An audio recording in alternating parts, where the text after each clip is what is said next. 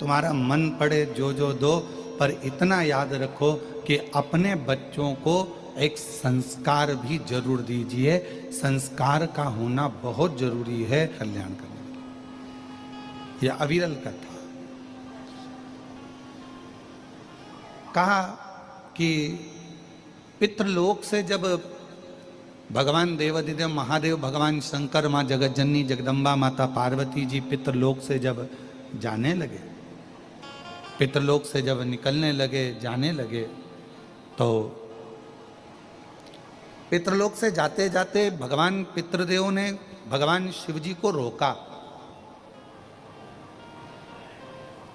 और भगवान शंकर को रोका और प्रणाम कर कर पितरों ने भगवान शिव जी को रोक कर, प्रणाम कर कर, नमन कर कर विनय करा कि आप हमारी बेटी की बेटी आपके साथ में बिहाई है, माता पार्वती जी का विवाह आपके साथ में हुआ है, माँ जगतजननी आपके साथ में बिहाई है, आपसे एक निवेदन है कि संसार में रहने वाला मानव, दुनिया के कई लोग उनसे कहेंगे कि इनको पितृदोष लग गया, दुनिया के कई लोग कहेंगे इनको पितरों का दोष लगा हुआ है, पितृदोष लगा हुआ है, पितरों का दोष लगा हुआ है, पितृदोष लगा हुआ है। पर वो पितृदोष लगता क्यों?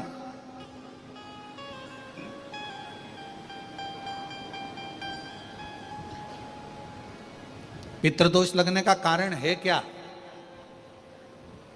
आपने अपने गए हुए पूर्वजों के लिए तर्पण भी करा, पिंडदान भी करा, तिलांजलि भी दी, ब्राह्मण का भोजन भी कराया, सब कुछ करा, जो आपसे बन सकता था आपने सब कुछ करा, सब कुछ। फिर पितृदोष कैसे लग गया? फिर पितरों का दोष कैसे लग सकता है? तो पितरों ने तुरंत भगवान देवाधिदेव महादेव से कहा कि संसार सागर में माता पिता के रहते हुए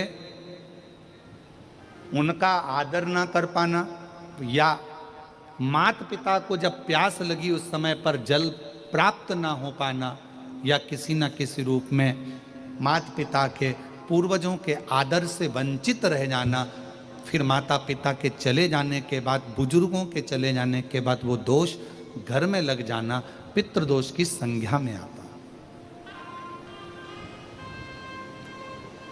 और पितृदोष के 4 लक्षण सबसे प्रबल हैं। ये कोई भी अनुभव कर सकता है। पितृदोष के 4 लक्षण में पहला लक्षण है 1 रुपया कमाओ, 1.25 रुपये खर्च हो रहे हैं, समझ लेना पितरों का दोष है। दूसरे नंबर का, एक व्यक्ति घर में बीमार है, ठीक हुआ, दूसरा बीमार पड़ गया, तीसरा ठीक हुआ, चौथा बीमार पड़ गया, घर में कोई ना कोई निरंतर बीमार पड़ा हुआ है, दवाई गोली लगी रही है, समझ लो पितरों का दोष है। तीसरे नंबर पर आप कोई पूजन की थाली लगाए, किसी को भोजन देने जा रहे थे, किसी को पानी देने जा रहे थे, किसी को भोजन का कोई नाश्ता देने जा रहे थे, और आपकी ट्रे में से, आपकी थाली में से, आपके हाथ से अगर कोई भरा हुआ पात्र पानी का गिर गया, नाश्ते का गिर गया, थाली गिर गई, कोई दूध का गिलास गिर गया, कोई सामग्री गिर गई, कोई पूजन की थाली तुम्हारे हाथ में है और पूजन की थाली में से मालूम पड़े कोई सामान गिर गया नीचे, समझ लो कि पितृ का दोष है। और चौथे नंबर पर पितरों का दोष का वर्णन किया गया। घर में जितने सदस्य रह रहे हैं कर बोल रहे हैं, क्रोध कर कर बोल रहे हैं। प्रश्न बहुत छोटा सा है, पत्नी ने कुछ कहा, उसका उत्तर पति ने चिढ़कर दिया, पति ने कुछ कहा, पत्नी ने चिढ़कर उत्तर दिया, बच्चों ने कुछ कहा, माँ बाप ने चिढ़कर उत्तर दिया, माँ बाप कुछ बोले, बच्चे चिढ़कर उत्तर दिए, समझ लेना कि कहीं ना कहीं पितरों का दोष। तो भगवान पितृदेव ने अपने दामाद से, भगवान देवाधिदेव महादेव से कहा कि संसार सागर में हो सकता है कि संसार सागर में मनुष्य रहता है, मानव रहता है, और उससे गलतियां हो जाती है। तो पितृदोष अगर संसार के लोगों को लगे तो हमारा एक निवेदन है, आप जाते जाते वर दीजिए कि ये पितरों की शांति आपकी आराधना से पूर्ण हो जाए, बस इतना वर दे दीजिए। शिव जी उस समय पर मौन हो गए। भगवान देवाधिदेव महादेव एकदम मौन। पार्वती जी ने शिव जी से कहा, आप हमारे नाना जी को वर नहीं देंगे? आप हमारे नाना नानी को वर नहीं देंगे? इन पितरों को पितरानी को आप वर नहीं देंगे? शिव जी ने वर दिया मां पार्वती जी के नाना जी को और अपने नाना ससुर को। हे पितृदेव,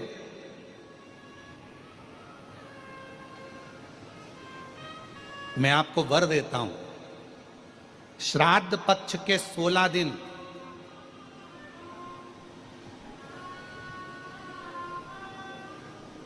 यदि संसार का कोई मनुष्य बेल दूध का प्रयोग करता है, बेल दूध से मतलब होता है बेलपत्र के ये मध्य भाग जो होता है, बेलपत्री की जो नीचे की 2 पत्तियां जो होती है, ये 2 पत्तियां जो बेलपत्री की होती है, इस बेलपत्री की दोनों पत्तियों को शिवलिंग पर जब आप रखते हैं, शिवलिंग पर रखने के बाद में आपके हाथ में जो कटोरी में दूध है, वो दूध इन दोनों पत्तियों पर, ये दोनों पत्तियों पर बेल दूध को अगर समर्पित कर रहे हैं, बेलपत्र समर्पित करने के बाद थोड़ी सी कटोरी में अगर गौमाता का दूध है और ये दोनों पत्तियों पर अगर आप अपने गोत्र से दूध चढ़ा रहे हैं, तो संसार में ऐसा कोई व्यक्ति नहीं है जिसके ऊपर पितृदोष लग जाए। पितृदोष समाप्त होकर ही रहता है।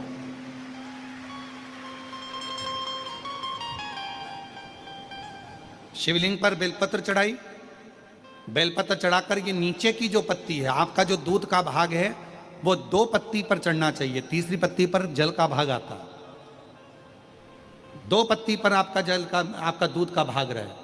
और जब बेल दूध का प्रयोग आप करते हैं और दूध बाबा को 16 दिन श्राद्ध के अगर कोई कह दे कि आपके घर में पितृदोष है, ये दोष है, वो दोष है, सारे दोष आपके यहाँ लग गए हैं और आपके यहाँ ये 4 लक्षण अगर पितृदोष के दिख रहे हैं जो पहले कथा में वर्णित किए, अगर ये लक्षण दिख रहे हैं तो श्राद्ध पक्ष के 16 दिन पहले दिन से ही आप चालू हो जाओ। बेलपत्री शिव जी को चढ़ाया, कटोरी में या चम्मच में 2 बूंद का भी अगर दूध लेकर गए हो, थोड़ा सा भी, बस 2 पत्ती पर आपने दूध समर्पित करा और 1 लोटा जल जो तीसरे नंबर की पत्ती है उस पर समर्पित करा।